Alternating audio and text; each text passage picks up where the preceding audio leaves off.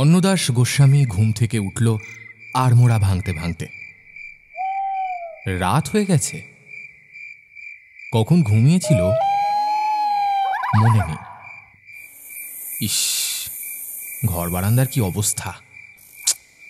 মদের বোতল, বমি, বাসি খাবার। ছি, মানুষ এমন নোংরা অবস্থায় থাকতে পারে? নিজের ওপর ঘেন্না হলো অন্নদাসের। সে গোঁড়া ব্রাহ্মণ পরিবারের সন্তান। দিব্যি দুবেলা রাধা মাধবের সেবা করে, জমিদার বাড়িতে রান্না করে, অভাবে তার দিন কাটছিল। কেন নিজের দেহ মনের এমন অবস্থা করল? মাধবীর জন্য কি? মাধবীর কথাটা আজ মনে পড়তেই অন্নদাসের ঘৃণা ভাবটা পাল্টে গেল দুঃখে। আজ 2 মাস মাধবী ঘরে নেই। ঝগড়া করে বাপের বাড়ি গিয়ে উঠেছে। আর কেনই বা যাবে না বলতে পারো? কি পেয়েছে মাধবী ওকে বিয়ে করে? না সুখ, না একটা গোছানো সংসার, না টাকা, না একটা বাচ্চা কাচ্চা। ঠিক করেছে মাধবী।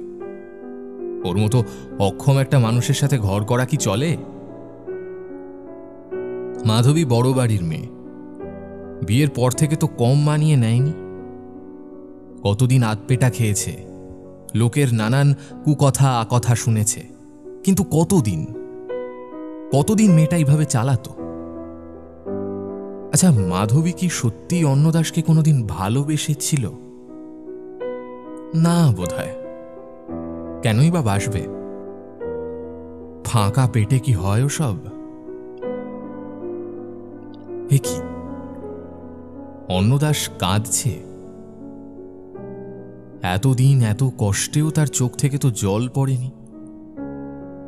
তবে আজ হঠাৎ অন্নদাস প্যান্টে হাত দিয়ে দেখল প্যান্টটা ভিজে।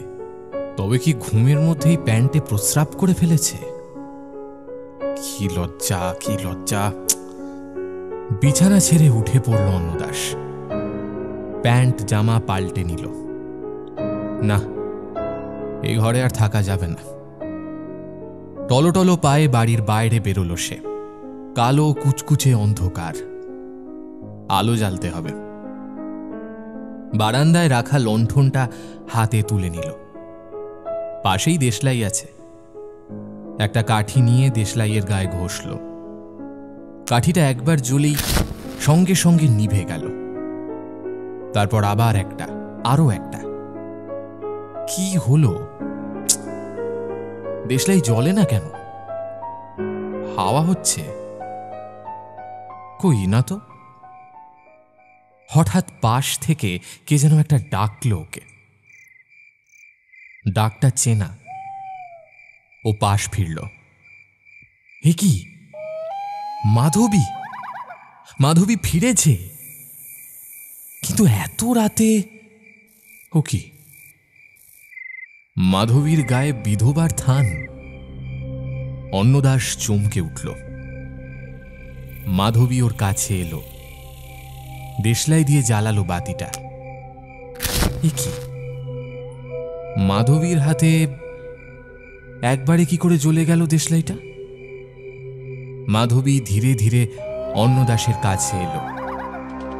নিজের কি অবস্থা করেছ? আমি ছিলাম না, তুমি বাড়ি ঘর একটুও গোছাওনি।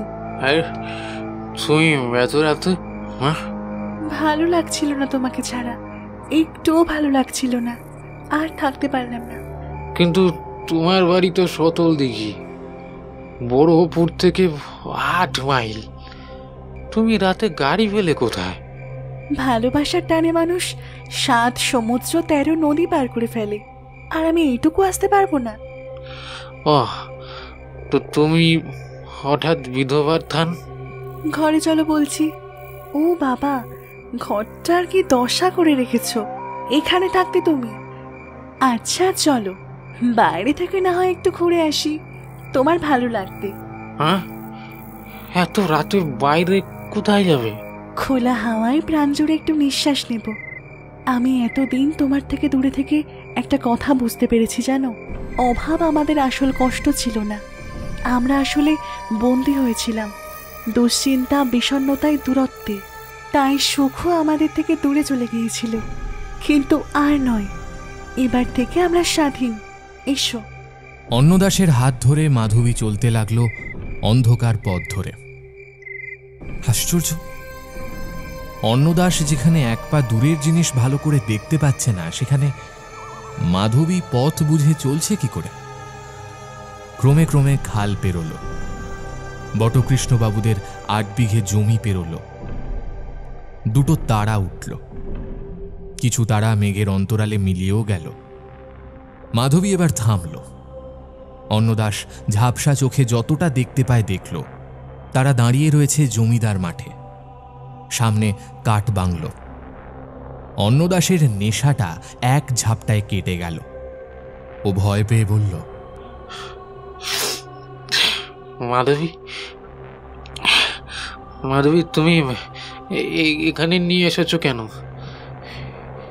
এই জায়গায় গত কদিন কি হয়েছে তুমি জানো না? হ্যাঁ, তুমি ছিলে না। এ কদিনে গ্রামে অনেক অনেক কিছু ঘটে গেছে। অন্নদাস, ভবিতব্য বড় কঠিন জিনিস, মানতে না চাইলেও মানতে হয়। আজ থেকে আর তোকে কষ্ট পেতে হবে না। এই মুহূর্ত থেকে তুই মুক্ত। অন্নদাস ছিটকে পড়ে গেল মাটিতে। মাধবী এ কার গলায় কথা বলছে? না, ও কি? ও তো মাধবী নয়। মুখটা হঠাৎ কেমন পাল্টে যাচ্ছে,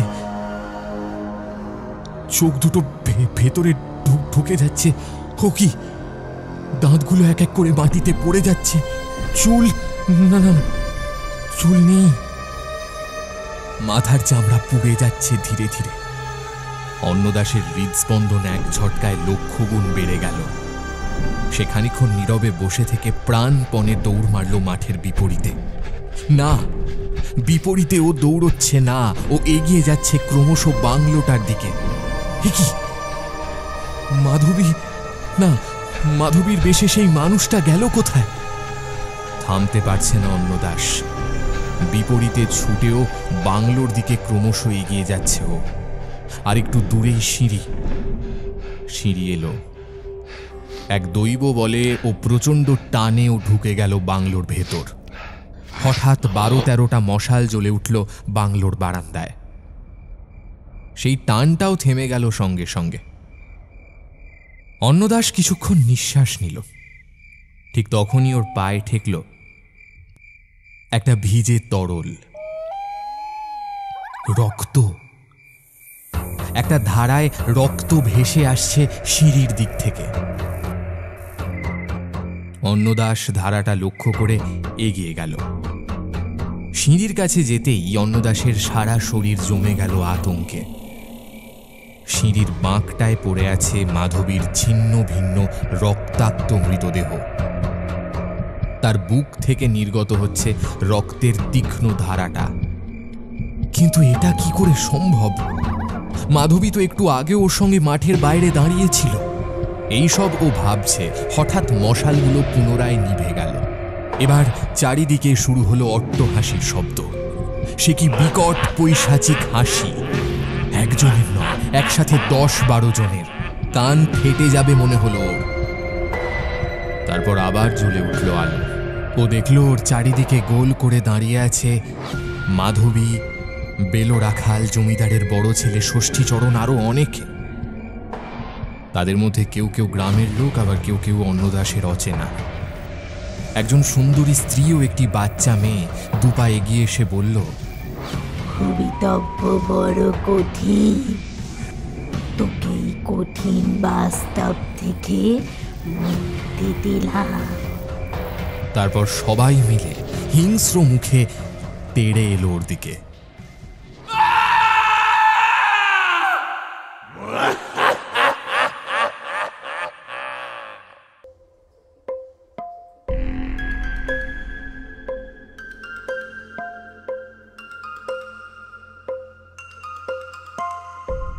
আমাদের চ্যানেলের সমস্ত গল্প শুনতে এক্ষুনি সাবস্ক্রাইব করুন আমাদের ইউটিউব চ্যানেলটিকে। বেল আইকনে ক্লিক করতে ভুলবেন না সমস্ত গল্পের আপডেট এবং নোটিফিকেশনস সবার আগে পাওয়ার জন্য। আপনারা বেল আইকনে ক্লিক করছেন তো? আমরা কিন্তু দেখতে পাচ্ছি আমাদের শ্রোতারা আমাদের গল্প শুনে আমাদের চ্যানেলটিকে সাবস্ক্রাইব করেও বেল আইকনে ক্লিক করছেন না। আপনাদের সকলের কাছে আমাদের বিনীত নিবেদন, অনুগ্রহ করে বেল আইকনে ক্লিক করে অল নোটিফিকেশনস এই অপশনটি অন করে দেবেন। তাহলে আমাদের পরবর্তী গল্পের আপডেট বা নোটিফিকেশনস সমস্ত কিছুই আপনার কাছে পৌঁছে যাবে সবার আগে। জয়েন করতে পারেন ফ্রিকি ফ্রাইডে স্টোরিজের অফিসিয়াল ফেসবুক গ্রুপে। সেখানে আপনারা আমাদের সাথে সরাসরি যোগাযোগ করতে পারবেন আপনাদের কোনো জিজ্ঞাসা বা কোনো অনুরোধ নিয়ে। আমাদের ফেসবুক গ্রুপের লিঙ্ক আপনারা পেয়ে যাবেন এই গল্পের ডেসক্রিপশন বক্সে। জয়েন করতে পারেন ফ্রিকি ফ্রাইডে স্টোরিজকে মাত্র 29 টাকা প্রতি মাসের মাধ্যমে এবং আমাদের উৎসাহ দিতে পারেন আপনাদের জন্য দুর্দান্ত কিছু কন্টেন্ট নিয়ে আসার। নমস্কার, আমি সায়ন্তন, আপনারা শুনছেন ফ্রিকি ফ্রাইডে স্টোরিজ। আজ ফ্রিকি ফ্রাইডেতে আপনারা শুনবেন সুলেখক সায়ন্তন পালের কলম থেকে একটি বড় ভৌতিক উপন্যাস আবজাদ। আজকের গল্প পাঠ ও গল্পের সূত্রধার আমি সায়ন্তন। শুনতে থাকুন ফ্রিকি ফ্রাইডে স্টোরিজের আজকের বিশেষ নিবেদন সায়ন্তন পালের কলম থেকে ভৌতিক উপন্যাস আবজাদের প্রথম পর্ব।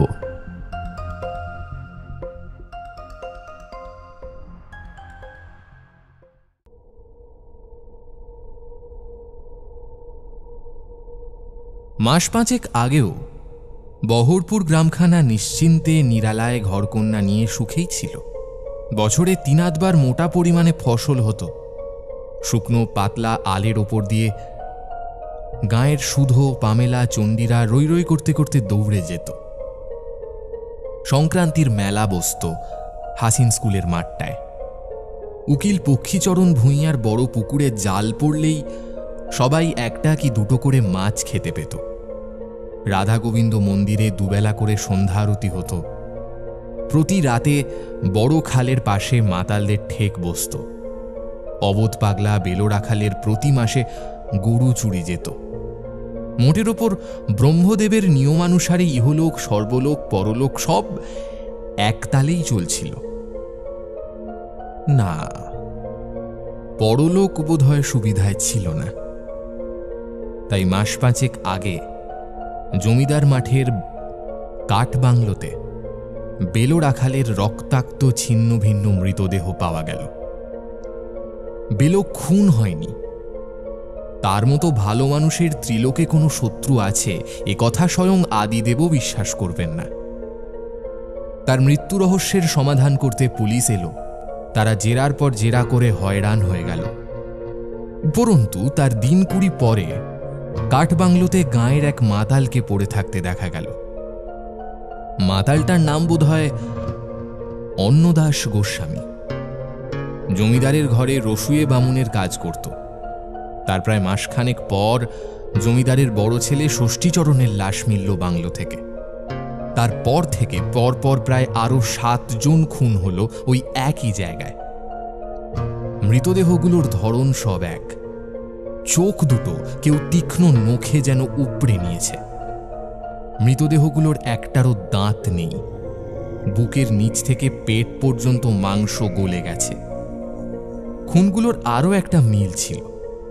গ্রামের লোকের মতে এখনো পর্যন্ত যারা মরেছে তারা সবাই নাকি মৃত্যুর আগের দিন বিকেল বা সন্ধে কাঠবাংলোর মাঠে গিয়েছিল। পুলিশ একাধিকবার তদন্ত করে ব্যর্থ হল। তাও গ্রামের 1-2 জনকে গ্রেপ্তার করেছিল পুলিশ নিজের পিঠ বাঁচাতে, কিন্তু ফল হয়নি। গ্রামের লোক কেবল গুপ্ত গুজব ও সংগোপনে আলোচনা করছে আর ভাবছে এমনটা হলো কি করে। জমিদার মাঠে সবাই তো দুবেলা করে যেত আগে। কাঠবাংলোতে তো মাসে কতদিন মাতালরা মদ টেনে ঘুমোতো সারাদিন। কই তখন তো কিছু হয়নি। তবে আজ এসব হচ্ছে কেন? কেনই বা মৃতদেহগুলো পাওয়া যাচ্ছে কাঠবাংলোতে? এই সব প্রশ্নের উত্তর গ্রামবাসীরা পায়নি। তবে এক বুভুক্ষু কর্কশ ভয় ইতিমধ্যেই ঢুকেছে সবার মনে। তাই ওদিকের পথও এখন আর কেউ মারায় না।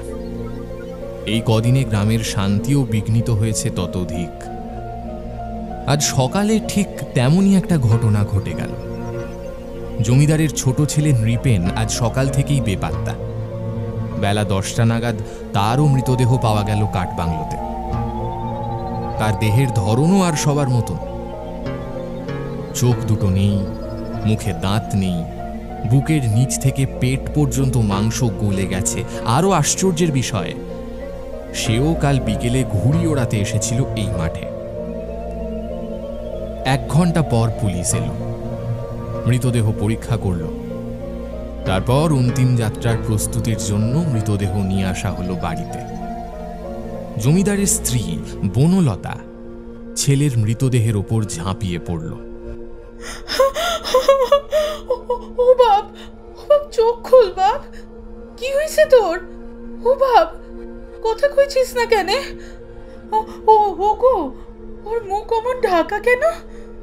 জমিদার প্রশান্ত মুখোপাধ্যায় স্ত্রীর কাঁধে হাত রেখে বললেন, নিজেকে সামলাও বনলতা, ঈশ্বর আমাদের সবকিছু কেড়ে নিয়েছেন। এ আমারই পাপের ফল। না না, হইতে পারে না। ঠাউর আমার নিপেন রে আমার কাছ থেকে কেড়ে নিতে পারে না। আমি তো দুবেলা ঠাউরের পুজো করছি, কতবার উপোস করছি, তার বদলে ঠাউর ও নিপেন। বাবা আমার, শোনো, আমার চোখ খুলে একবার দেখ। আচ্ছা আচ্ছা, আমি তোরে আর কোনো দিন বকবুনি, যত ইচ্ছে ঘুরে ওড়াস। কি হলো, কথা ক। ও বলবি না তো আমাদের বুড়ো বুড়িকে ফেলে দূরে চলে যেতে চাস? যা, আর কি কইব। ও নিপেন। এই বলে বনলতা ছেলের মুখের ওপর থেকে কাপড়টা সরিয়ে দিল। ছেলের বিকৃত বিভৎস মুখটা দেখে সে সঙ্গে সঙ্গে মূর্ছা গেল। প্রশান্ত মুখোপাধ্যায় ছেলের দাহকার্য সম্পন্ন করে বিষণ্ণ চিত্তে ফিরে এলেন ঘরে। 3 দিন পর ছেলের শ্রাদ্ধ শান্তি ক্রিয়ার জন্য 4 জন ব্রাহ্মণ এলো বাড়িতে। বনলতা উস্কো খুস্কো চুলে বসে রইল নিজের ঘরে। ছেলের মৃত মুখটা দেখবার পর থেকে সে যেন কেমন একটা ঘোরে আছে।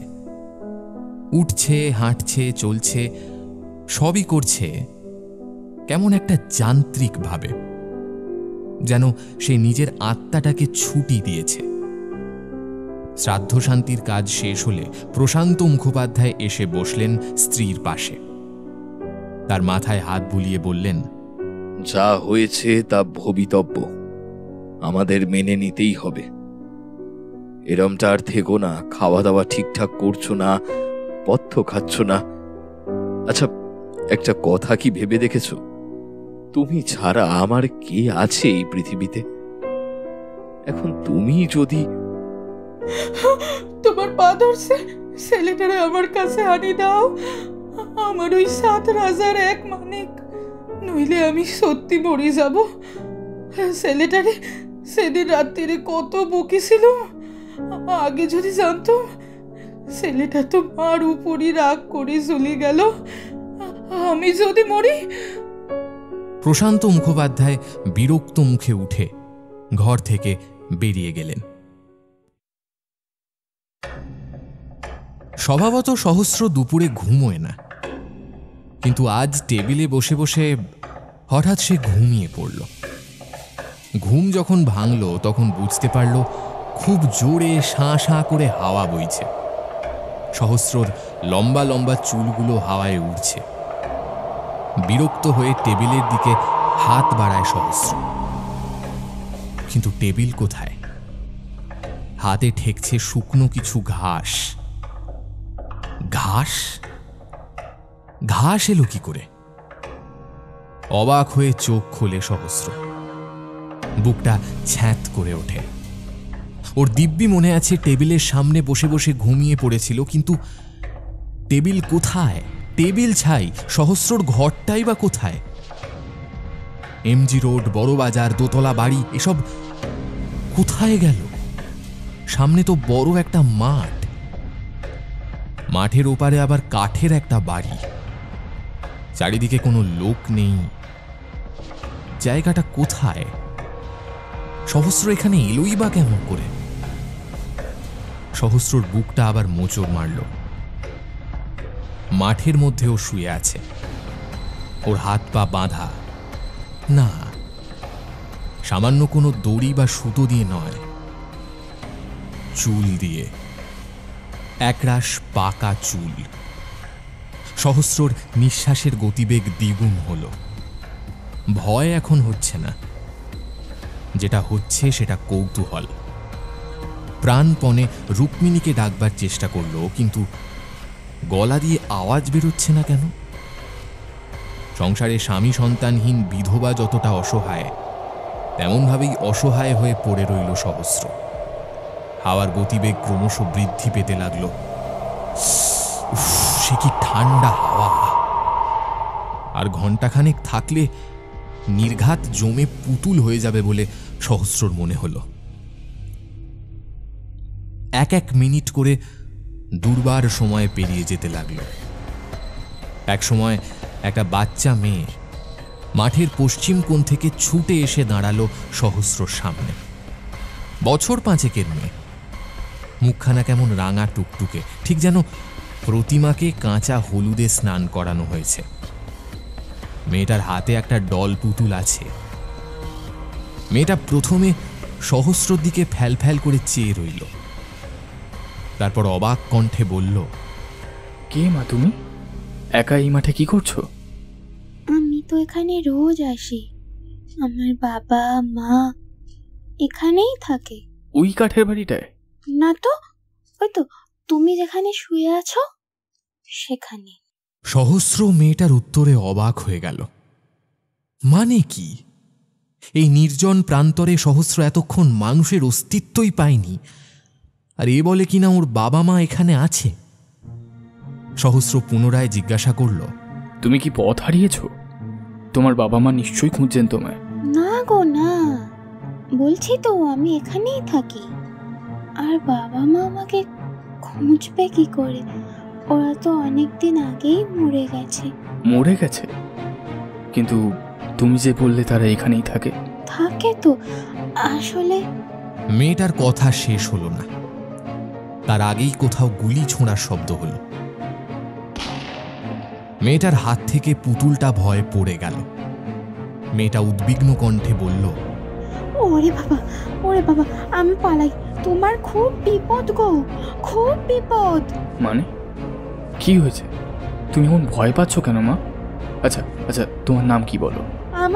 আমার নাম নিলয়া, আমি পালাই এখন, তুমি সাবধানে থেকো গো। এই বলে মেয়েটা দৌড় দিল। তারপর সে যেন হাওয়ায় মিলিয়ে গেল। সহস্রর মাথা মুন্ডু ঘেঁটে যাওয়ার জোগাড় হয়েছে তখন। এমন সময় সে দেখল একটা মানুষের হাতের ছায়া পড়ছে ওর হাঁটুর ওপর, কিন্তু আশপাশে তো মানুষের কোনো চিহ্ন নেই কোথাও। মানুষের ছায়া পড়ে আলো ও মানুষের বিপরীতে, অর্থাৎ হাত সহ মানুষটা আছে ওপরে। সহস্র ওপরে তাকালো, কই, ওপরে তো কেউ নেই। ও কি, রাত হয়েছে? একটু আগেও তো ঝলমলে দুপুরের সূর্যকিরণ ছিল। রাত কখন হলো?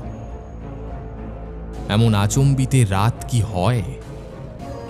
ঠান্ডা হাওয়ার গতিবেগ ক্রমশ বাড়ছে, সেই সঙ্গে সেই ছায়াটাও যেন আরো গাঢ় হচ্ছে। সহস্র এবার অনুভব করল ওর হাঁটুটা একটু জ্বালা জ্বালা করছে, একটু ব্যথাও করছে। কি ধীরে ধীরে জ্বালাটা বাড়ল। সহস্রর মনে হলো ওর হাঁটুটা যেন কেউ সরু ব্লেড দিয়ে ধীরে ধীরে কাটছে। হ্যাঁ, সত্যি তো, জিন্স ছিঁড়ে রক্ত গড়াচ্ছে। হাতের ছায়াটাও এবার যেন চলন শুরু করেছে।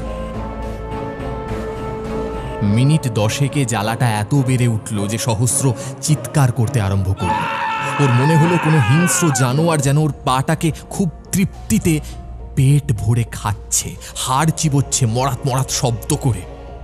ধীরে ধীরে চারিদিক অস্পষ্ট হতে শুরু করল। মাঠ, বাড়ি, আকাশ, চাঁদ ক্রমে ক্রমে মুছে যেতে লাগলো। বদলে চারিদিকে এখন উঠছে শুধু ধুলো আর ধুলো। একটা বাজ পড়ার মতো প্রচণ্ড শব্দ হলো। শব্দটা মিলিয়ে যাওয়ার আগেই ধুলোর মধ্যে থেকে বেরিয়ে এলো একটা ছায়ামূর্তি। সহস্র চোখের সামনে দেখল ছায়ামূর্তিটা ক্রমে ক্রমে কঙ্কালে পরিণত হলো। তারপর হাড়ে এলো মাংস, তারপর দাঁত, নাক, নখ, চোখ, চুল। সহস্রর সারা শরীর ভয়ে পাক দিয়ে উঠল, কারণ সামনের ছায়ামূর্তির রূপ নিয়েছে রুক্মিণীর। হুবহু এক মুখ, এক নাক, এমনকি ঠোঁটের নিচের তিলটাও এক। শুধু এই ছায়ামূর্তিতে গড়া রুক্মিণীর চোখ দুটো নিষ্পন্দ। সহস্র চিৎকার করে উঠল, রুকু, রুকু, তুমি এখানে কি করছো? আমি আমি এটা কোথায়? হ্যাঁ, এসব এসব কি হচ্ছে? ছায়ামূর্তি ভীষণ কর্কশ গলায় বলল, রুকু, তোর রুকু মরেছে। এবার তোর পালা।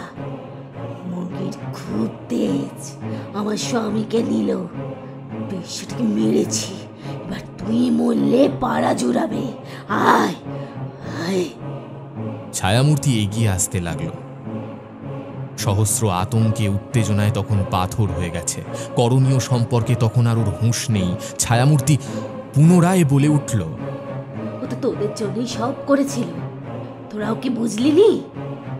পুকারের এই প্রতিদান দিলি। সহস্র তখন আর কিছু ভাবতে পারছে না। রুক্মিণীর অবশ মুখটার দিকে চেয়ে আছে কেবল। এবার রুক্মিণী থুরি, ছায়ামূর্তিতে ফুটে ওঠা রুক্মিণীর শরীর সহস্রর 4 হাতের মধ্যে এসে পড়ল। সে হাত বাড়ালো সহস্রর দিকে।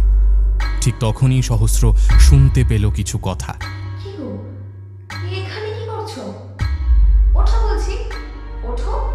রুক্মিণীর গলা, কিন্তু এই ছায়ামূর্তি, মানে সামনে দাঁড়িয়ে থাকা রুক্মিণীর মুখ থেকে তো শব্দটা আসছে না, খুব দূর থেকে আসছে কথাগুলো। যাই হোক, এখন আর অত কিছু ভাববার সময় নেই। রুক্মিণীর গলা শুনে সহস্র সহস্রাধিক জোর পেয়েছে শরীরে। ছায়ামূর্তির হাত সহস্রর গলা এবার স্পর্শ করবে। 1 আঙুলের তফাৎ। সহস্র শেষ শক্তি লাগালো, আর অমনি তার পা, হাত, পাকা চুলের বাঁধন থেকে মুক্ত হয়ে গেল। কিন্তু সেই ছায়ামূর্তি ওর গলা স্পর্শ করেছে ততক্ষণে। কি ঠান্ডা সেই স্পর্শ! ক্রমে নিঃশ্বাস ধীরে ধীরে বন্ধ হয়ে যেতে লাগলো। ওপরের দিকে তাকালো সহস্র। একটা হাত এসেছে ওপর থেকে, ওকে ডাকছে। সহস্র আর কিছু না ভেবে জাপটে ধরল হাতটা। সঙ্গে সঙ্গে ছায়ামূর্তি ছেড়ে দিল ওকে। সহস্রকে টেনে তুলল হাতটা। রুক্মিণীর ঠেলায় হুড়মুড় করে চেয়ার থেকে পড়ে গেল সহস্র। সহস্র আর রুক্মিণী কোনভাবেই আবদ্ধ যে রুক্মিণী 7 মাসের অন্তঃসত্ত্বা। না, প্রেম করে নয়, বরং পরিবার বন্ধ করেই ওদের বিয়ে। আসলে ভালোবাসলে বিয়ে করা উচিত নাকি বিয়ে করেছি বলে ভালোবাসা উচিত, এ নিয়ে আপনার মনে যেমন দ্বন্দ্ব আছে, ওদের মনেও ছিল। আর দ্বন্দ্বই তো প্রেম শুরুর এক আঙ্গিক। তারপর বুঝে নিন। তবে বিয়ের প্রথম বছরটা ওরা এলগিন রোডে সহস্রর পৈতৃক ভিটেতেই ছিল কারণ তখন সহস্রর মা বেঁচে ছিল। শাশুড়ি খিটখিট করলেও রুক্মিণীকে খুব ভালোবাসত। আর সহস্রর বাবা তো বৌমাকে সর্বদা চোখে হারাত। কিন্তু বিধাতা ললাটে সুখ লেখেন ক্ষণকালের জন্য। সুখ যদি চিরস্থায়ী হবে তাহলে মানুষ পুড়বে কেন, মানুষ ছুটবেই বা কেন? সহস্রর বাবার সিঁড়ি থেকে পড়ে হলো ব্রেন হ্যামারেজ। অপারেশন টেবিলে প্রাণবায়ু ত্যাগ করলেন। 5 মাস শোক যাপনের পর মাতা রানীও নম নম বলে বিদায় নিল। পিতা নেই, তাই পৈতৃক ভিটেও সহস্রর কাছে অভিশাপ বলে মনে হলো। এত কিছুর মধ্যে প্রমোদের একটা জিনিস অবশ্যই ঘটেছিল। সহস্র পেশায় আর্কিটেক্ট। ওর পেশাগত জীবনে বিস্তর উন্নতি ঘটছিল। বিয়ের আগেও ছিল ফ্রিল্যান্সার। বাবার মৃত্যুর সপ্তাহ 2 আগে সরকারি দপ্তরে ওর চাকরি জুটে যায়। আর মায়ের মৃত্যুর 1 মাস পরেই ও হয়ে ওঠে আর্কিটেক্ট ডিপার্টমেন্টের উচ্চপদস্থ কর্মচারী। তাই পৈতৃক ভিটা বিক্রি করে বড়বাজারের কাছে এই নিরিবিলি দোতলা বাড়িটায় ওরা চলে আসে। অবশ্য এখানে আসার আরও একটা কারণ ছিল রুক্মিণীর চেম্বার। রুক্মিণী তো আর 5টা সাধারণ ঘরকন্যা করা মেয়ে বউদের মতো নয়, সে ডেন্টিস্ট। বড়বাজারেই তার প্র্যাকটিস চেম্বার। এলগিন রোড থেকে এখানে এসেও তার ভালোই পেশেন্ট বেড়েছে। কি গো, কি হলো তোমার? রুক্মিণীর কথায় সংবিত ফিরে আসে সহস্রর। সহস্র দরদর করে ঘামছে, হৃৎপিণ্ডটাও বেনিয়মে অসম্ভব লাফাচ্ছে। ও যে চেয়ারে বসে ঘুমিয়ে পড়েছিল, ঘুমিয়েই একটা বিশ্রী স্বপ্ন দেখে ফেলেছে, কথাটা বুঝতে কয়েক মিনিট লাগে সহস্রর। মাথার ঘামটা বুড়ো আঙুল দিয়ে ঝেড়ে ফেলে বলে, নিচে আছি তাহলে? ঘরটা তাহলে মাঠ হয়ে যায়নি? হ্যাঁ, ঘর মাঠ হয়ে যাবে কেন? তবে হ্যাঁ, মরার মতো বসে বসে যা ঘুমোচ্ছিলে, তোমার আকাশ পাতাল ঠিক করা সত্যি মুশকিল হবে এখন। উফ, কি বিভৎস একটা স্বপ্ন দেখলাম রুকু। তাই জন্যই ঘামছো? তা কি স্বপ্ন দেখলে? দেখলাম তুমি ভূত হয়ে আমার ঘাড় মটকাচ্ছ। রুক্মিণী প্রথমটায় কথাটা শুনে হেসে কুটোকুটি খেল, তারপর গম্ভীর মুখে বলল, আমিও না কাল রাতে একটা স্বপ্ন দেখেছি জানো। ইনফ্যাক্ট 4-5 দিন ধরেই দেখছি। একটা ফাঁকা মাঠ, একটা বাচ্চা মেয়ে। যাকে এখন এসব কথা থাক, তুমি স্বপ্নেও আমাকে ভয় পাও শুনে খুশি হলাম। গুড গুড, বউকে ভয় পাওয়া sign of a good husband, বুঝলে?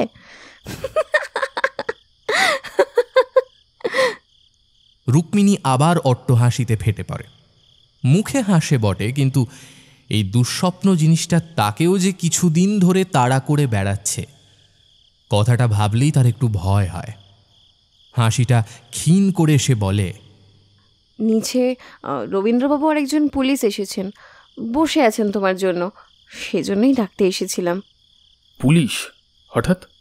আমি কি করে জানবো? তবে রবীন্দ্রবাবু এখানে কেন এসেছেন বুঝতে পারছি না। আরে, আমাদের আগে স্যার পি মাইতি তো রিটায়ার করেছেন, উনিই এখন আমাদের ডিপার্টমেন্ট হেড। ও, আমি রত্নাকে চা মিষ্টি দিতে বলেছি, তুমি নিচে এসো। এই, তুমি আজ চেম্বারে যাওনি? আরে, ও লস্ট ইউর মাইন্ড সহস্র। গতকাল তো নিজের মুখেই বললে আজ শ্রমিকেরা নাকি সারাদিন ধর্মঘট করবে সারা বড়বাজার জুড়ে। এই অবস্থায় চেম্বার খুলে কি ঝামেলায় জড়িয়ে মরবো? সহস্র মাটি থেকে উঠে রুক্মিণীর মুখ চেপে ধরে। আমাদের সন্তান তোমার গর্ভে রুকু, এই অবস্থায় এসব মরার কথাগুলো না বললেই নয়। হ্যাঁ, সিরিয়ালের ডায়লগ যত সব। আচ্ছা সরি, আর বলবো না। নিচে এসো। নিচে নেমে সহস্র দেখল সোফায় বসে আছেন রবীন্দ্র সরকার। ওনার পাশে একজন বেঁটে খাটো চেহারার পুলিশ পরম আনন্দে মিষ্টি সাঁটাচ্ছেন।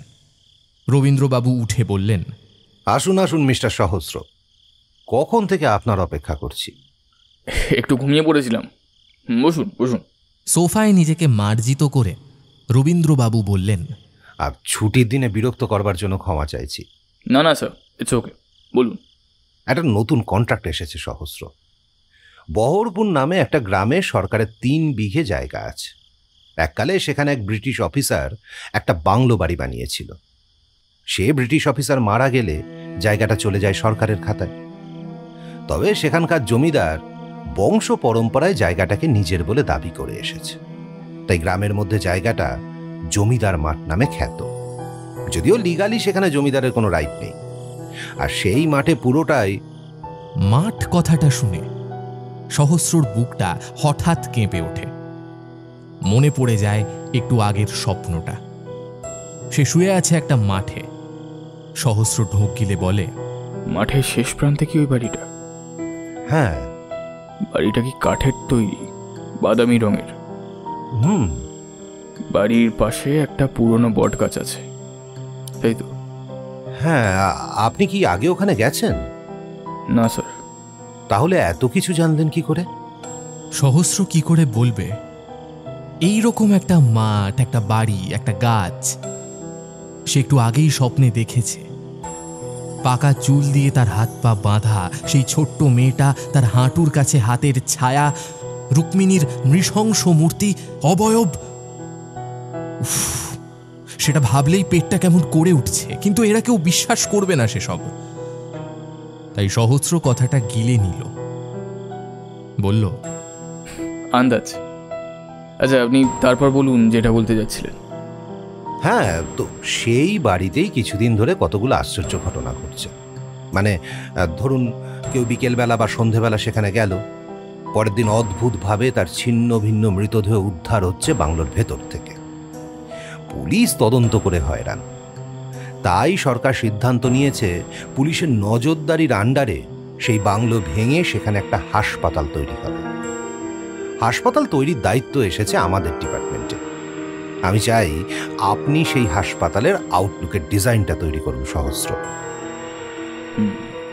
সময় কত?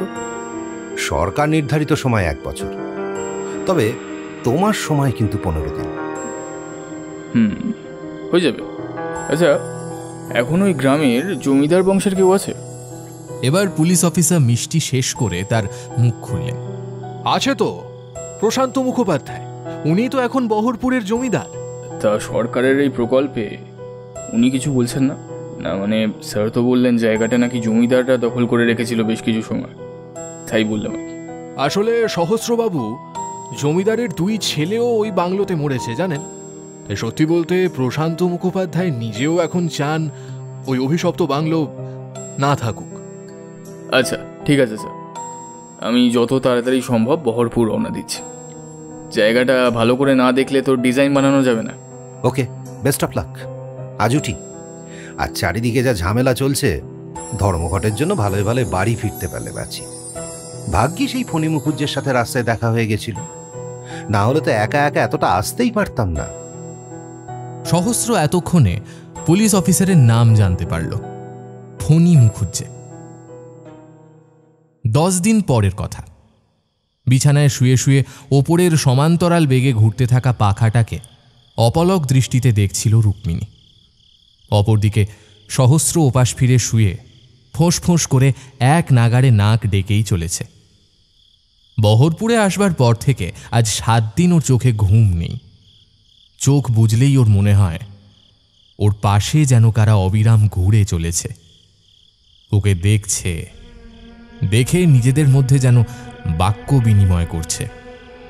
ওর গায়ে হাত দিয়ে ডাকতে চাইছে, কি যেন বলতে চাইছে ওকে, কিন্তু পারছে না। আরও একটা অদ্ভুত ব্যাপার হলো, পরন্ত দুপুরে বা রাত গভীর হলেই রোজ খুব ক্ষীণভাবে ও একটা বাঁশির শব্দ শুনতে পায়। 1-2বার বাইরে এসে দেখেওছে, কিন্তু কটেজের ত্রিসীমানাতেও বংশীধারী মদনের কোনো সাক্ষাৎও পায়নি। এই তো গত পরশুরই কথা। কটেজের মালিক নন্দী সরেনের বউ কাবেরী বিকেলে ওর কাছে এসেছিল গল্প করতে। এই 7 দিনে রুক্মিণীর সাথে কাবেরীর বেশ ভাব হয়েছে। কাবেরীর বয়সও রুক্মিণীর মতোই, ফলে উভয় পক্ষতে সাংসারিক আলোচনা ভালোই জমে। তো সেদিন এসে তার খাটের কাছটায় বসে সে বলল, দিদি দিদি, তুমি যেদিন এখানে এলে সেদিন যে কানেরটা পরেছিলে গো, ওটা কি সত্যি সোনা নাকি জল করা? ডিজাইনটা কিন্তু হেভি ছিল, যাই বলো। কত দাম নিয়েছিল গো দিদি? সে তো জানি না, তবে 1030-এর উপরেই হবে। উমা, বলো কি গো, 30,000 টাকা? তাই গ্রামে গঞ্জে ওসব পরে আসতে আছে? কে জানে কোন মাতাল ছ্যাচরে চোখে পড়বে। গ্রামে তো আর ঢ্যামনের অভাব নেই। তাই নাকি? ভালোই করলে বলে। এবার থেকে ওসব পরে তাহলে আর বেরোবো না। আচ্ছা দিদি, তোমার কি এটা 7 মাস চলছে গো? খুব কষ্ট হয় না গো দিদি? হয়, তবে সন্তানের মুখটা চোখের সামনে একবার দেখার সুখের কাছে এসব কষ্ট খুব তুচ্ছ। তা তোমার বিয়ের কতদিন হলো কাবেরী? 3 বছর হলো গো দিদি। আমার বাচ্চা কাচ্চা হবে না গো। কাউকে বলো না, আমার উনির একটু সমস্যা আছে। মানে বলতে হবে না, বুঝেছি। ডাক্তার? 2 বছর ধরে জানো বহু ডাক্তার দেখানো হয়েছে, কোনো লাভই হয়নি। যাকে আমার কথা ছাড়ো। ও দিদি, বলছি তোমার ওই কানেরটা একবার দেখাবে গো? সেদিন দেখেছি কি ভালো লেগেছিল।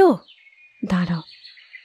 এই বলে রুক্মিণী পিছন ফিরে আলমারিটা খুলে সবে কানের দুল দুটো বের করে সামনে ফিরেছে, দেখে কাবেরী ভয়ার্ত ও বিস্ফারিত চোখে ওর দিকে চেয়ে আছে। তার মুখে কপালে আতঙ্ক লেখা সুস্পষ্ট। রুক্মিণী বলে, কি হলো কাবেরী? কাবেরীর ঘন ঘন নিঃশ্বাস পড়ছে, হাত দুটো কাঁপছে। সে কোনো মতে গলায় জোর এনে বলে, ও দিদি, দিদি তোমার পিছনে ওটা কে গো? রুক্মিণী অবাক হয়ে পেছনে তাকায়, কই কেউ নেই। কোথায় কে কাবেরী? তুমি কি দিনের বেলায় ভূত দেখছো? রাম রাম রাম রাম রাম রাম রাম রাম রাম রাম রাম রাম। তেনাদের নাম নিতে নেই, নাম নিতে নেই। আচ্ছা দিদি, ও দিদি, তুমি কি জমিদার মাঠে কখনো গিয়েছিলে নাকি? হ্যাঁ, আমার হাজবেন্ড সহস্র তো ওখানেই কাজ করছে, সেই জন্যই তো কলকাতা থেকে আসা। এখানে প্রথম দিন আসবার পথেই তো ওখানে গিয়েছিলাম, জায়গাটা দেখে আসলাম। তখন কি বিকেল হয়ে গিয়েছিল? হ্যাঁ, বোধ হয়। রুক্মিণী স্পষ্ট লক্ষ্য করল কথাটা শুনে কাবেরীর শরীর এক মুহূর্তের জন্য যেন পাথরের মতো হয়ে গেল। তার চোখ দুটো যেন ঠিকরে বাইরে বেরিয়ে আসবে। সে খাট থেকে উঠে দাঁড়ালো। কাবেরীর মুখ থেকে অস্ফুট একটা শব্দ বেরোল, আবচাঁদ। রুক্মিণী ভ্রুকুটি করে বলল, আবচাঁদ? সেটা আবার কি? সর্বনাশ হয়ে গেছে দিদি, দিদি বড় সর্বনাশ হয়ে গেছে। কি হয়ে গেল? এবার তো সব যাবে। কথাগুলো বলতে বলতে কাবেরী ছুটে ঘর থেকে বেরিয়ে গেল। তারপর থেকে কাবেরী ওর কাছে আর আসেনি। ও কাবেরীর সাথে 1-2 বার কথা বলতে চেয়েছে, কিন্তু কাবেরী ওর মুখের ওপর দরজা বন্ধ করে দিয়েছে। এমন ঘটনায় কার না ভয় লাগে বলুন তো? রুক্মিণী অনেকবার ভাবার চেষ্টা করেছে কাবেরীর ভয়ের কারণটা কি, কি এই আবচাঁদ, তার সাথে সর্বনাশেরই বা কি সম্পর্ক। সহস্রকেও ঘটনাটা বলেছিল, কিন্তু সারাদিন কাজ করে এসে সে আর রুক্মিণীর কথায় গা করেনি। ফলত ধীরে ধীরে মনের একটা সূক্ষ্ম প্রকোষ্ঠ অজানা কৌতূহলকে জড়ো করে ওকে বেশ ভালোই চেপে ধরেছে। অবশ্য এ ব্যাপারে সহস্রকে দোষ দেওয়া চলে না। কলকাতা থেকে আসবার সময় বারবার রুক্মিণীকে বুঝিয়েছিল, দেখো রুকু, তুমি কিন্তু অকারণ জেদ করছো। তুমি এই অবস্থায় অত দূরে গিয়ে থাকতে পারবে না।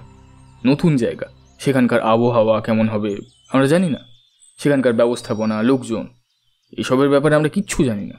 ওখানে গিয়ে যদি একটা হিতে বিপরীত হয় তখন গিয়ে কি হবে? প্রত্যুত্তরে রুক্মিণী বলেছিল, শোনো, আমিও কিন্তু একজন ডাক্তার, সেটা ভুলে যেও না। তাছাড়া দুর্গাদিকেও তো নিয়ে যাব, কি আছে? আর আমরা তো যাচ্ছি জাস্ট দিন 12-13 জন্য, তার মধ্যে আর কি হবে? তোমার রবীন্দ্র স্যার তো একটা কটেজ ঠিক করে দিয়েছেন থাকবার জন্য, সো ডোন্ট টেক এনি চাপ। তুমি বুঝছো না রুকু। আমি সারাদিন সাইটে গিয়ে ডিজাইন আঁকবো, তুমি বাড়িতে একা একা বসে থাকবে। আমি বাড়ি কখন ফিরবো আমি জানি না। তুমি বাড়িতে থেকে কি করবে তখন? বোর হবে। আহা, দুর্গাদির কথা ভুলে যাচ্ছ? আচ্ছা আচ্ছা, তুমি কি গো, একবার বলছো মা শাটের জন্য চেম্বার বন্ধ করে দিতে, আবার যখন চেম্বার বন্ধ করে তোমার সাথে যেতে চাইছি তখনও বারণ করছো। আচ্ছা, আমি তো বলছি আমার এখন গ্রামে গিয়ে কিছুদিন কাটাতে খুব ইচ্ছা করছে। কতদিন গ্রামে যাই না। পোয়াতি মানুষের স্বাদ রাখবে না তুমি বলো? এই কথার পর সহস্রর আর কিছু করার ছিল না। রুক্মিণী আর ওদের পরিচারিকা দুর্গাদিকে সাথে করে আনতে হয়েছে। দুর্গা, সে বেচারিরও দুনিয়াতে কেউ নেই। না, একেবারে যে নেই তা নয়, কারণ রুক্মিণী তাকে নিজের দিদির থেকেও বেশি মানে। দুজনে হাসি ঠাট্টা মিলেমিশে করে, একসাথে খায়, আবার ঝগড়াও করে। দুর্গাও বেশ সুখে খেয়ে কাজ করে ওদের বাড়িতে রাত কাটিয়ে দেয়। রুক্মিণীর ভাবনায় বাঁধা পড়ল একটা শব্দে। হ্যাঁ, সেই বাঁশির আওয়াজটা আসছে না? একটু কান পেতে শুনল। হ্যাঁ, বাঁশিরই আওয়াজ। আহা, কি সুরেলা ধ্বনি! কিন্তু আওয়াজটা আসছে কোথা থেকে? দূর থেকে? না না, বহু দূর থেকে। এই জগৎ, স্বর্গ, পাতাল, তারও ঊর্ধ্বে স্রোতহীন, সময়হীন, সমস্যাহীন কোনো এক প্রেতপুরীর নাড়ি চিরে। আওয়াজটা শুনতে শুনতে চোখের পাতা দুটো বুজে এলো ওর। কিন্তু চোখ বোঝার সঙ্গে সঙ্গে একটা ঠান্ডা স্পর্শে ওর সারা শরীরের লোম খাড়া হয়ে গেল। ওর কানের কাছে একটা ভেজা ঠোঁটের স্পর্শ। ঠোঁট দুটো এবার নড়ে উঠল। সঙ্গে সঙ্গে ওর সারা শরীর অস্বাভাবিক একটা উত্তেজনায় টান টান হয়ে গেল। তারপর ও স্পষ্ট শুনতে পেল খসখসে বিশ্রী একটা আওয়াজ। আবজাত! বিছানায় টান টান হয়ে বসল। বুকটা বাড়াবাড়ি রকমের ওঠানামা করছে। দৃষ্টি ঝাপসা হয়ে আসছে একটু একটু করে। পাশ ফিরে সহস্রকে ডাকতে যাবে এমন সময় আবারও হিম হয়ে যায় ওর শরীর। সহস্র পাশে নেই। ও সহস্রকে একবার ডাকল। সহস্র, বাথরুমে আছো? কোনো সাড়া এলো না। তারপরে খট করে শব্দ করে পাখাটা গেল বন্ধ হয়ে। নিচে নন্দী সরেনের পোষা কুকুরটা বাইরে রেলিংয়ে বাঁধা থাকে। হঠাৎ কুকুরটা চিৎকার করতে শুরু করলো। ঘেউ ঘেউ শব্দটা ক্রমশ বাড়তে লাগলো। একসময় সেটা পরিণত হলো আর্তনাদে। ভয়ে ভয়ে বিছানা ছেড়ে উঠল রুক্মিণী। চারিদিকটা আজ একটু বেশি অন্ধকার। গলায় জোর এনে একটু গলাটা খাঁকড়ে নিল। তারপর আবার ডাকল, সহস্র, সহস্র। পুনরায় নিশ্চুপ। ভয় ভয় টেবিলে রাখা জলের গ্লাসটা তুলে নিল রুক্মিণী। এক ঢোক জল খেল। তারপর শুনতে পেল বাইরের বারান্দা থেকে গুনগুন করে একটা গান ভেসে আসছে। শ্যামের রঙে অঙ্গ দিয়া আছো রাধে ঘুমাইয়া, কুল কলঙ্কে ভয় কি তোমার নাই, ও জয় রাধে।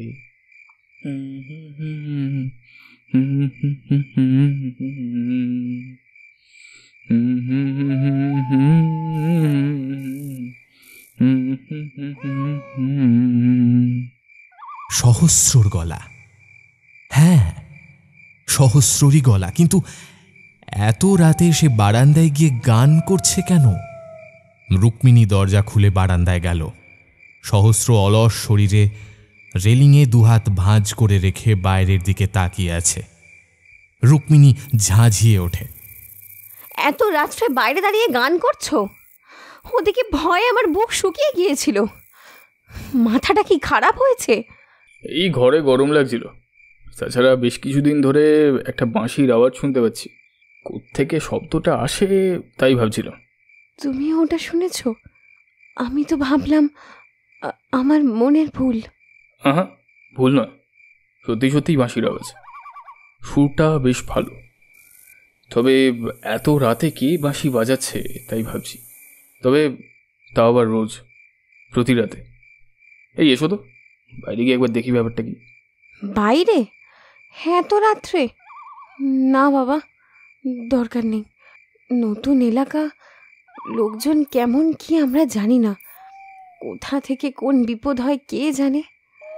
যে বাঁশি বাজায় বাজাক, মরুক গে, আমাদের ভেবে লাভ নেই। না, লাভ আছে। আর লাভের থেকেও বড় কথা হলো কৌতূহল। এই বাঁশির সুরটা শোনো। সুরটা এমন, মনে ভয়ঙ্কর কৌতূহল সৃষ্টি করে। তাছাড়া গ্রামের লোকের মুখে আবচাঁদ কথাটা বারবার শুনছি, কিন্তু সেটা কৌতূহল আরও বাড়াচ্ছে। না, আজ দেখেই ছাড়বো বংশীধারীকে। প্লিজ সহস্র, ঘরে চলো। কেন ভয় করছে? এখানে আসবার আগে তো বলেছিলে ভয় নাকি তোমাকেই ভয় করে। হ্যাঁ, এখন কি হলো? না, ভয় না। তবে চলো, আর কথা না, চলো।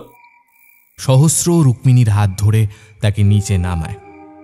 নিচের বারান্দাতে চোখ পড়তেই রুক্মিণীর গলাটা কাঠ হয়ে যায়। নন্দী সরেনের কুকুরটা রেলিংয়ের কাছে জিভ উল্টে মরে পড়ে আছে। রুক্মিণী একটু আর্তনাদ করে বলে ওঠে, সহস্র, ওই দেখো, ওই দেখো, কাবেরীদের কুকুরটা একটু আগেও তো চিৎকার করছিল। ও ব্যাটার অনেক বয়স হয়েছিল, এছাড়া তো অন্যের কুকুর নিয়ে তো মাথা কামানোর কি আছে? হ্যাঁ, চলো এসো। অন্ধকার নির্জন পথ, চাঁদের আলোতেও দুহাত দূরের জিনিস ভালো করে ঠাউর হয় না। তাতেই চলছে ওরা দুজন। অদ্ভুত ব্যাপার, কিছুটা গিয়ে যখন ওরা পলাশ বনের জঙ্গলে ঢুকল, তখন দেখল একটা বড় গাছের নিচে 3টে শেয়াল ষাঁড় হয়ে মরে পড়ে আছে। শেয়ালগুলোর গলায় স্পষ্ট লম্বা দীর্ঘকায় নখের আঁচড়। ক্রমশ ধীরে ধীরে জঙ্গলের প্রকৃতি পাল্টে যেতে লাগল। গ্রীষ্মকাল হওয়া সত্ত্বেও এখানকার পরিবেশ অত্যন্ত ঠান্ডা, স্যাঁতস্যাঁতে। থেকে থেকে শোনা যাচ্ছে মুরগির ডাক। একটা বিশ্রী গন্ধ অনেকক্ষণ ধরে নাকে আসছে। ইঁদুর পচার গন্ধ হবে হয়তো, কিন্তু আরও মিনিট 5 গিয়ে সেই ভুল ধারণাটা ওদের কেটে গেল। জঙ্গলের একটা অশ্বত্থ গাছে ওরা দেখল একটা মানুষের মাথা কাটা মৃতদেহ ঝুলছে। মৃতদেহটা পচতে শুরু করেছে। ওটার পেটের কাছটার মাংস কোনো জানোয়ার যেন খুবলে খেয়ে নিয়েছে। সেখানটায় মাছি পোকামাকড় ভন ভন করছে। রুক্মিণীর পেটটা গুলিয়ে উঠল। একটা হেঁচকি তুলল সে। তারপর নিঃশ্বাস টেনে বলল, সহস্র, বাড়ি চলো, আমার ভয় করছে। সহস্র, জায়গাটা আমার ভালো লাগছে না, বাড়ি চলো। সহস্র কোনো উত্তর দিল না, কেবল ওর হাত ধরে চলতে লাগল। ধীরে ধীরে রুক্মিণী বুঝতে পারল সহস্রর হাতের বাঁধনটা দারুণ শক্ত হয়ে উঠেছে। এবার রুক্মিণীর যন্ত্রণা হচ্ছে। সহস্র, আমার লাগছে, হাতটা ছাড়ো। রুক্মিণীর এবার চোখ গেল সহস্রর হাতের দিকে, এবং সঙ্গে সঙ্গে ওর বুকে যেন ভীষণ একটা বজ্রপাত হয়ে শরীরের সমস্ত ইন্দ্রিয়কে এক প্রপাত প্রলয়ের পূর্বের শান্ত পরিবেশের মতো থামিয়ে দিল। হাজার বৃক্ষচ্ছেদন হয়ে উর্বর মাটি বঞ্জর হয়ে গেল। আকাশের কক্ষপথ, মেরুপথ সব এক লহমায় থেমে গেল। যেটা রুক্মিণীর হাত ধরে আছে সেটা সহস্রর হাত নয়, সেটা একটা অস্থি কঙ্কাল। সাদা হাড়ে মোড়া সরু তীক্ষ্ণ আঙুলগুলো চেপে ধরেছে ওকে। রুক্মিণী দাঁড়ালো, সেই কঙ্কাল বিশিষ্ট হাতগুলো থেকে নিজের হাতটাকে মুক্ত করতে চাইল, কিন্তু যত ও জোর লাগালো আঙুলগুলো তত জোরে চেপে ধরতে লাগলো ওর হাতটা। হাতটা এবার নির্ঘাত ভেঙে যাবে। ক্রমশ দম বন্ধ হয়ে আসছে রুক্মিণীর। হাত পাগুলো কেমন শিথিল হয়ে পড়ছে। অজ্ঞান হয়ে পড়বে কিও। হঠাৎ নিজের অজান্তে ওর মুখ থেকে বেরিয়ে এলো, আবচাঁদ। তখনই মুখ ফেরালো কঙ্কালটা। রুক্মিণীর ধরে যেটুকু প্রাণ ছিল সেটুকুও ফুরুত করে বেরিয়ে গেল। সামনের মানুষের চেহারাটা ভৌতিক উপন্যাসে পড়া রাক্ষসের থেকে কিছু অংশে কম নয়। মুখে মাংস, ছাল, আগুন সব পুড়ে গেছে। কালো মাড়িতে একটা দাঁতও নেই। মাথার চুল উঠে মাথায় পাকা ঘায়ের মতো কি সব হয়েছে। সেগুলো থেকে বিশ্রী হলুদ রস গড়াচ্ছে। চোখ দুটো অদ্ভুত কালো অথচ দীপ্তিময়। বুক থেকে পেট পর্যন্ত মাংস নেই। জায়গাটায় মাছি পোকা ভন ভন করছে। সামনের সেই প্রেতের মতো বস্তুটা এবার রুক্মিণীর কাছে এলো। সাপের মতো লম্বা লকলকে জিভটা মুখ থেকে বের করে রুক্মিণীর গলাটা একবার চাটল। তারপর আর্দ্র গলায় বলল, মানিক দেব, সোনা দেব, রাখবি ওরে বুকে। সাদা মানুষ দেখিস যদি, মুদবি ওর মুখে। কথাটার মাথামুন্ডু রুক্মিণী কিছুই বুঝল না। তবে এতটুকু বুঝল, আজ এই জঙ্গলে ওর শেষ দিন। নিজের জন্য কষ্ট হচ্ছে না, কষ্ট হচ্ছে গর্ভের সন্তানটার জন্য। কত সাধ করে এতগুলো মাস ওকে নিজের শরীরে বড় করল। তাকে ঘিরে কত আহ্লাদ, কত স্বপ্ন। যাক, আর কি করা যাবে। বিধাতা যদি এই লেখেন তো এই সই। দেখতে দেখতে আকাশ, তারা, চাঁদ, মাটি সব মিলিয়ে গেল। চারিদিকে শুধু উড়তে লাগলো ধুলোর ঝড়, আর মাঝখানে সেই প্রেত এবং রুক্মিণী।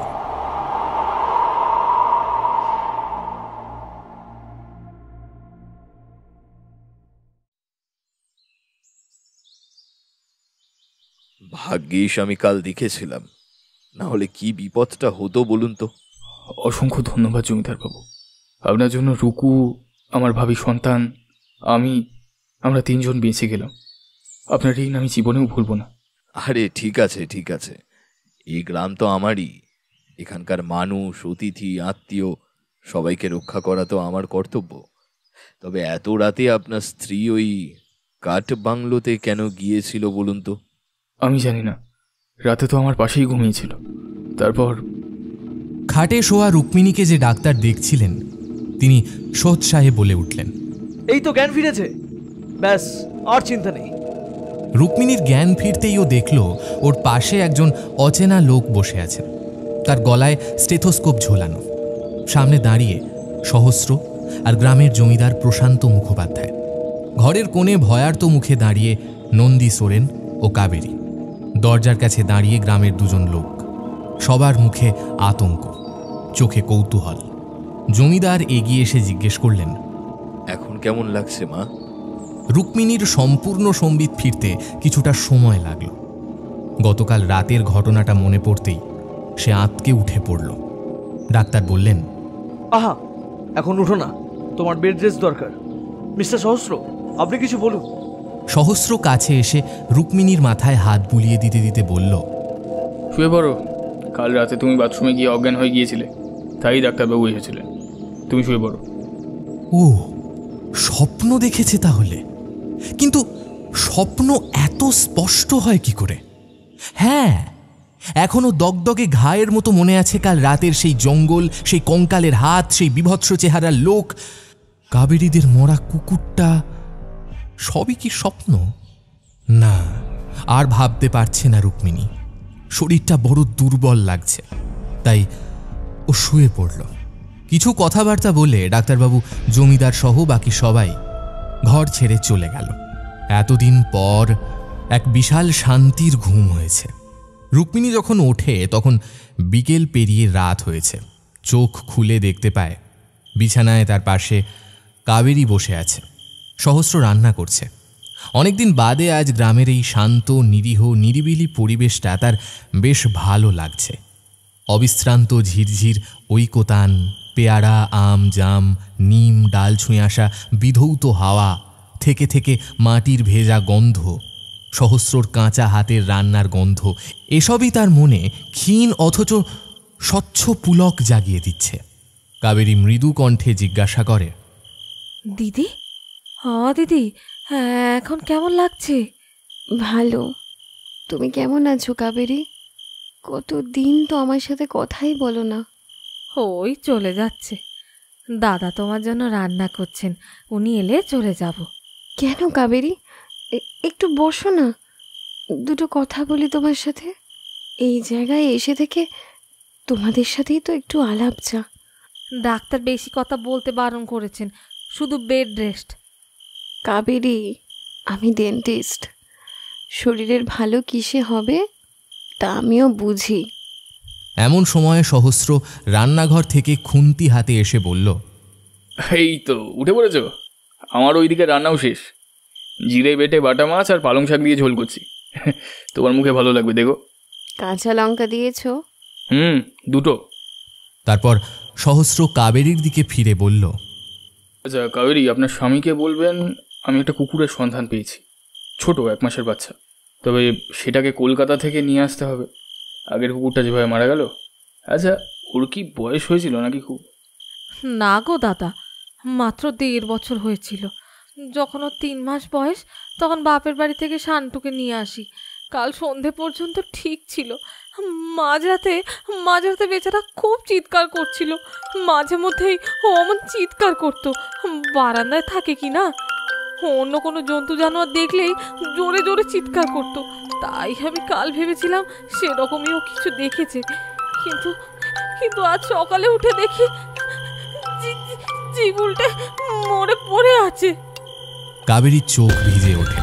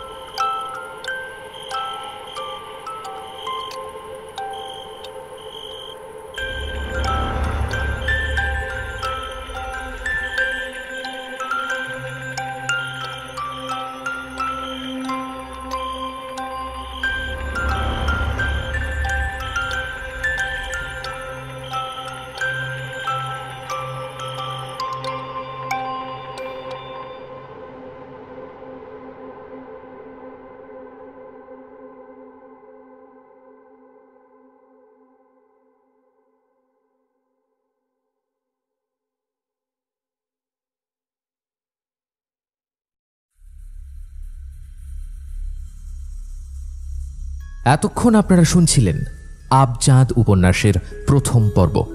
রচনা সায়ন্তন পাল। আজকের গল্প পাঠ ও গল্পের সূত্রধারে ছিলাম আমি, সায়ন্তন।